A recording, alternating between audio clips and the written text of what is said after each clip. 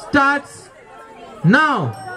साथियों, मेरा नाम सुनील यादव है और मैं स्कूल ऑफ इंटरनेशनल स्टडीज में PhD का छात्र हूँ। और please settle down and let unity का हमारा पैनल है, उसमें मैं जनरल सेक्रेटरी उम्मीदवार हूँ।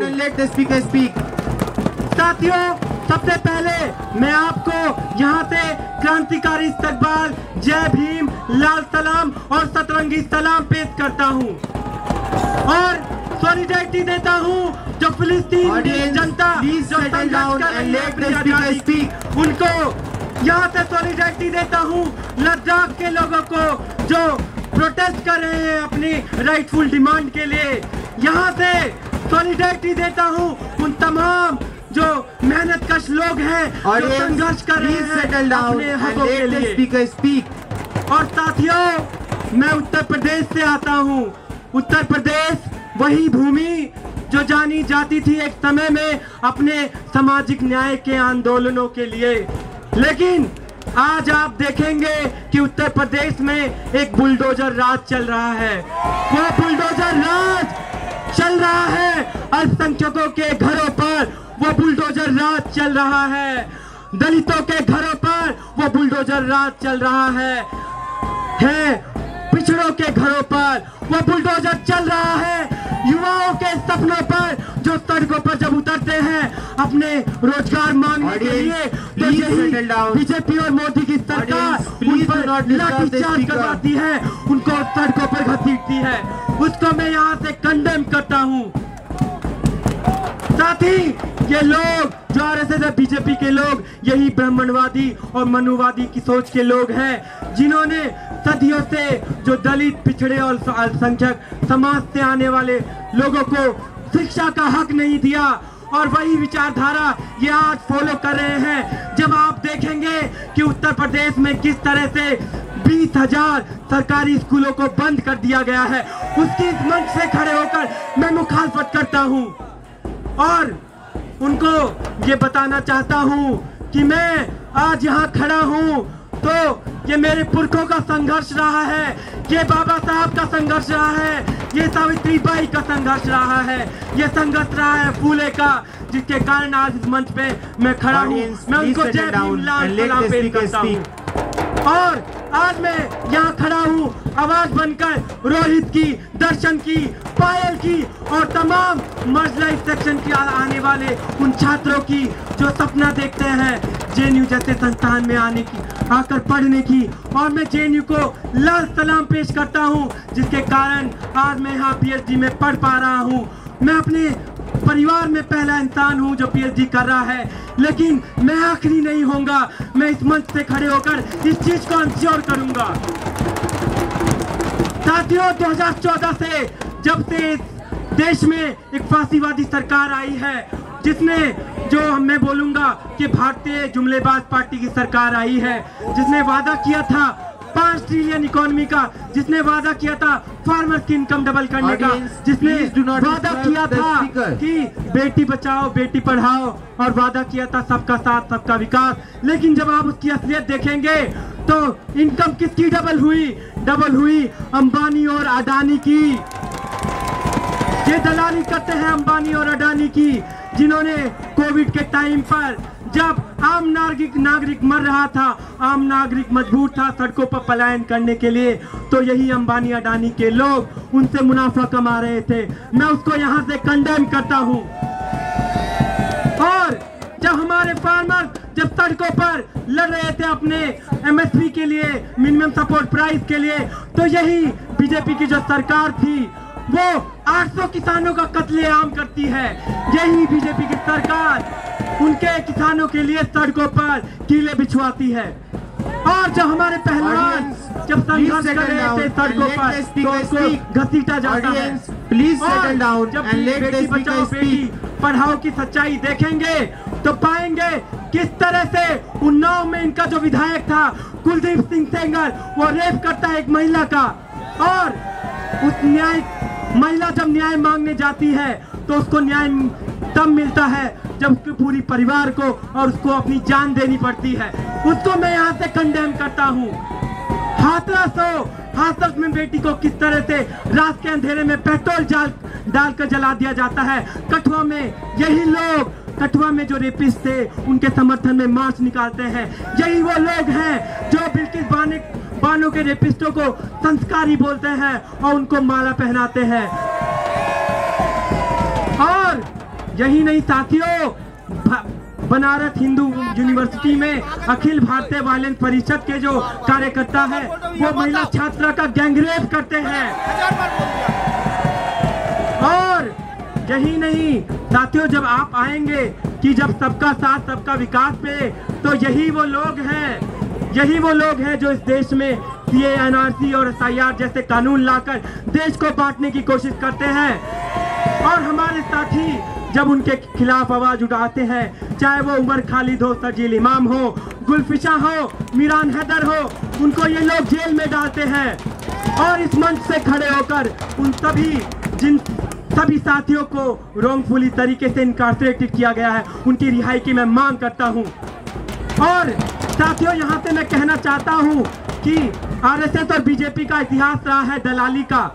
आज देखेंगे किस तरह से मस्जिदों की नींव में मंदिर खोजे जा रहे हैं और मंदिरों को तोड़कर अंबानी अडानी के लिए होटल और कॉरिडोर बनवाए जा रहे हैं।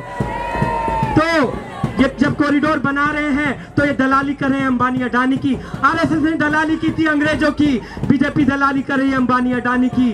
और जो इनका अखिल भारतीय वायलेंस परिषद संगठन है वो दलाली करता है रेखा गुप्ता की, वही रेखा गुप्ता जो जेएनयू के छात्रों का एंटी नेशनल बोलती है। मैं उसको यहाँ से कंडेम करता हूँ और मैं बोलता हूँ कि जेएनयू हमेशा से खड़ा रहा है इन संघी गुंडों के खिलाफ। जेएनयू ने ये नारा दिया था जब आपने शट डाउन जेएनयू का कैंपेन चलाया था, जब आपकी मैगजीन आरएसएस का जो ऑर्गेनाइजर मैगजीन है ये लिखता है कि जेएनयू जैसे संस्थानों पे बम गिरा देना चाहिए, तब भी जेएनयू खड़ा था, इस बात को बोला था कि फाइट बैक जेएनयू। और आज भी जेएनयू उसी नारे के साथ खड़ा है और जेएनयू बार बार बोला है fight back, fight back, fight back JNU. और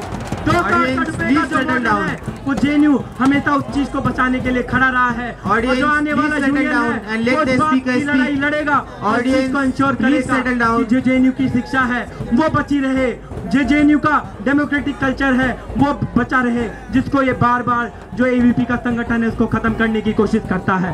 और साथियों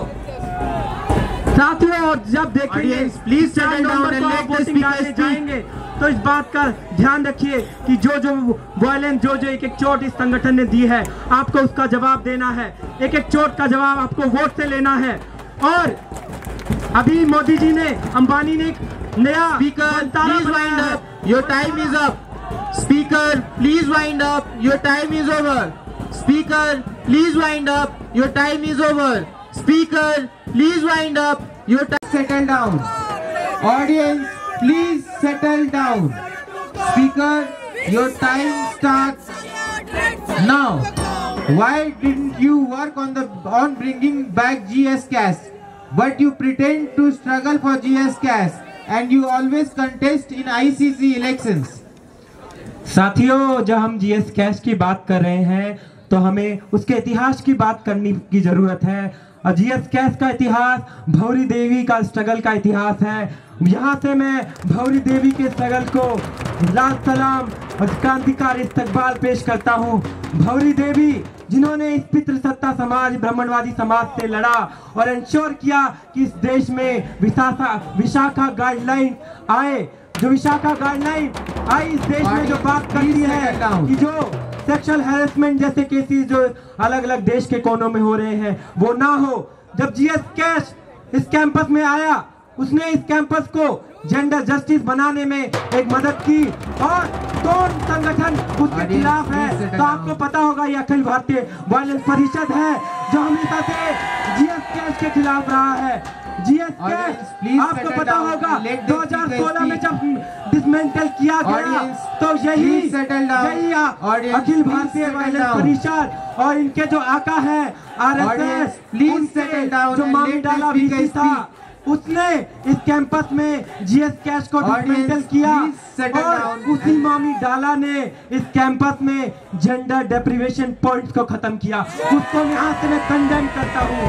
और उसी मामी डाला ने इस कैंपस में फी हाइक लाने की कोशिश की गई और जो यह भावी के उम्मीदवार मंच पे बैठे हैं उस टाइम पे इंटरनल मीटिंग में जाके उसी मामी डाला के साथ चाय पीते थे। और यही जो मामी डाला के लोग हैं, please do not disturb this. जब आईसी को लेके आए गए तो आईसी में आप देखेंगे कि देश भर में किस तरह से महिलाओं के ऊपर अत्याचार बढ़े हैं। और हमने बात किया है की मणिपुर में, तो आप देखेंगे कि यही बीजेपी के जो मनुवादी लोग हैं उन्होंने महिलाओं पर स्पीकर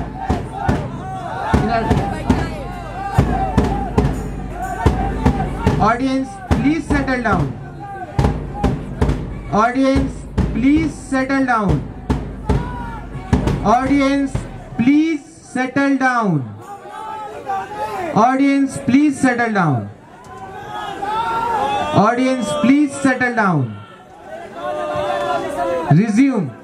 साथियों, यही अखिल भारतीय वायलेंस परिषद है जिसने इस कैंपस को अनसेफ बनाया है। जब जीबीएम्स होती हैं इस कैंपस में तो किस तरह अखिल भारतीय वायलेंस परिषद के लोग और उनके जो उम्मीदवार हैं गुंडा परिषद के लोग यही छात्रों पर अटैक करते हैं और उनको इस्लामोफोबिक कास्ट स्लर्स बोलते हैं और वो कॉमरेड मनीषा को बोलते हैं कि तुम्हारी औकात नहीं है हमसे बात करने की। यहाँ से खड़े होकर मैं उस कास्ट स्लर को कंडेम करता हूँ। और जो कॉमरेड मुंतिहा को इस्लामिक स्लर बोला गया था कि आपको पैलेस्टीन चले जाने चाहिए, वहां जाकर नजीब को ढूंढना चाहिए। जब हम बात करें आईसी की तो इसी एवीपी के जो लोग हैं संघीय प्रशासन है उसने आईसी को सर्वाइवर्स के लिए अनसेफ बनाया। सर्वाइवर जब आईसी में जाती थी तो यही संघीय एडमिन के लोग उसका कैरेक्टर एसोसिएशन करते थे, स्लट शेम करते थे। ये बोलते थे जब आईसी का हमने चुनाव कलेक्टिव डिसीजन लिया गया कि आईसी का चुनाव लड़ने की जरूरत है, इस कैंपस में एक जेंडर का डिस्कोर्स खड़ा करने की जरूरत है और आईसी का चुनाव हम लड़े और यहाँ का जो जेएनयू का छात्र समुदाय है उसने हम पर विश्वास जताया और हम भारी बहुमत से आईसी का चुनाव जीते। और जो हमारे आईसी के रिप्रेजेंटेटिव थे उन्होंने साल भर काम किया और इंश्योर किया इस कैंपस को जेंडर सेंसिटाइज बनाया जाए, इस कैंपस को डिसेबिलिटी को लेकर सेंसिटाइज बनाया जाए। Please settle down and let the speaker speak. अलग अलग स्कूलों में जब आईसी के द्वारा ये सेंसिटाइजेशन प्रोग्राम करवाने का जो पहल की गई थी तो यही संघीय एडमिन था, एवीपी के लोग थे जो साइंस स्कूलों में नहीं चाहते थे कि ये सेंसिटाइजेशन प्रोग्राम हो। तो मैं यहाँ से बोलना चाहता हूँ कि जब हम प्राइड परेड करते हैं तो यही जो लोग हैं एवीपी के वो क्यूरोफोबिक कमेंट पास करते हैं, मैं उसको यहाँ से कंडेम करता हूँ और बोलता हूँ हमारी लड़ाई प्राइड परेड से लेके जो हम मार्च निकालते हैं रिक्लेम द नाइट निर्भया के लिए हमने मूवमेंट लड़ा और जो 2 फिंगर टेस्ट इस देश में होता था उस जेएनयू के स्ट्रगल ने उसको बंद करवाया और उस लड़ाई को हम और आगे करवाएंगे। इसी के साथ में please settle down and let the speaker speak. I am from a science school as a GS. What will you do if you get elected for all the science schools? साथियों, साइंस स्कूल की बात करते सबसे पहले मैं school of engineering की बात करना चाहूंगा। किस तरह 5 इंजीनियरिंग के छात्रों को 60,000 रुपए